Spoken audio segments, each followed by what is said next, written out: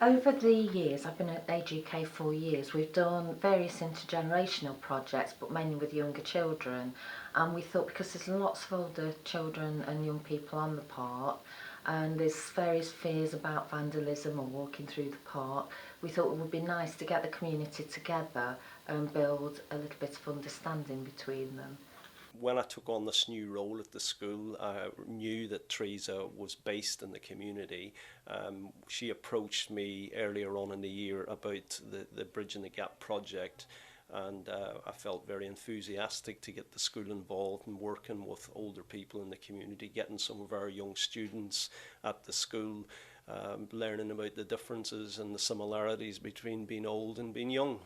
The idea that she had was that obviously the service users in the community centre essentially are of an older generation, and she thought it would be good to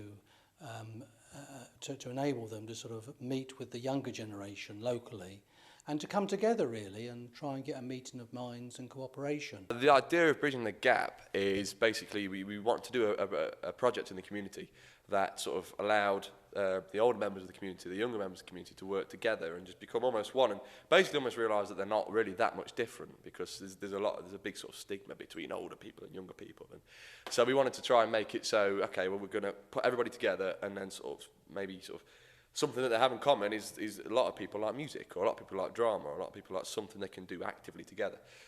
So we wanted to sort of do something like that, and then we sort of ended up getting the funding for it, and it was just a really nice surprise we got the funding as well. It was lovely, like the people believed in what we wanted to do. So as soon as you tap a vein for people sort of just talking about stuff and getting talking about experiences, and then that always ends up creating these amazing songs, amazing poems, and so just the sort of creativity of people never fails to amaze me, really. So it's humbling, really, when you just it just goes, blah, and there's just this amazing stuff at the end of it. So yeah, that always amazes me. Yeah. And basically we did sort of a mind map with both of them and said, okay, so conflict is a theme. What does it mean to you?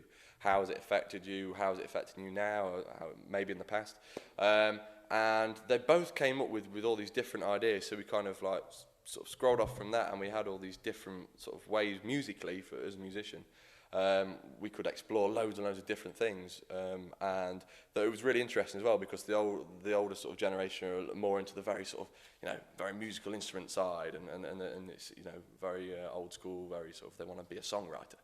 Whereas like the younger guys wanted to be a bit more, maybe a little bit more urban, or a little bit more sort of different, and a bit more sort of modern. And so it was really nice to merge it with the two again, and it's going to be an interesting show because of that.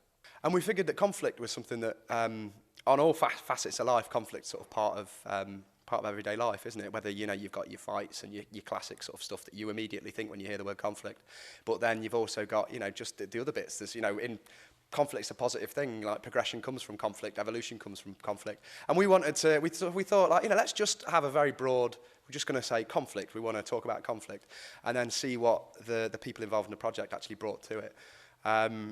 Because we didn't want to set too much of a sort of like set box to put people in. We wanted just quite a broad range that we could discuss. Initially, one of the things that was surprising was sort of how just enthusiastic both groups were and threw themselves into things. Because I think that none of them had really done any sort of stage combat stuff before. And I think that they threw themselves in sort of 110%, which was fantastic, especially when we've had sort of the young and the old people, your older people working together in pairs and having that sort of conflict and the fighting. And it's been really nice to see how they've worked together, and I think that has been a big surprise, but a really pleasant one. They have tried to bring everyone together, because that's kind of what the name of the project means. Bridging the gap between people and their differences, making people friends with people that they might not be friends with otherwise. Probably been harder for the younger guys, because I think the choirs knew each other before. They got on, they've worked together before, and so there was quite a nice camaraderie between them already. And the younger guys hadn't worked in this kind of environment before. And I think there was a lot of peer pressure about taking part and not taking part. And then those that stuck around and stuck to it and took part really surprised us, despite that outward peer pressure. The talent of some of the young children is just lovely. It's really great. Teenagers, at first I thought there was a little bit standoffish, But when we got to know them, they joined in and we're all sort of mixed together now. We all do a bit of everything. The Age UK participants, well, I think for the younger people have seen a very humorous side of older people. They've seen that they're not the stereotypical image that they may have had of older people has been thrown out with the enthusiasm and the sort of humour that some of the older participants have shown to young people. That's been really positive, I think, yeah. It's amazing what people can do when you look at them and go, oh, they won't be able to do anything. Then they come out with amazing songs, they've got amazing voices. There's even a lady who plays the guitar that's never played it in her life. She's amazing at it. The working between Chesapeake Youth Centre, Leesbrook Community School and Age UK will go on hopefully after this and produce more shows or just general work within Age UK Centre.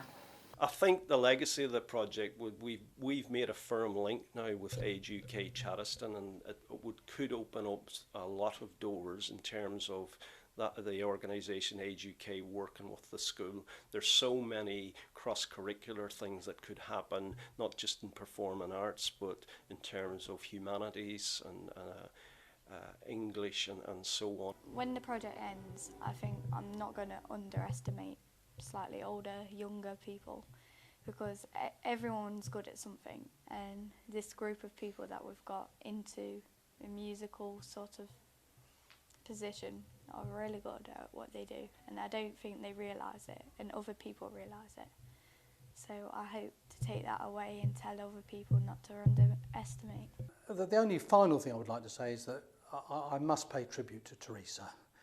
Teresa Williams had the original concept of doing the whole thing.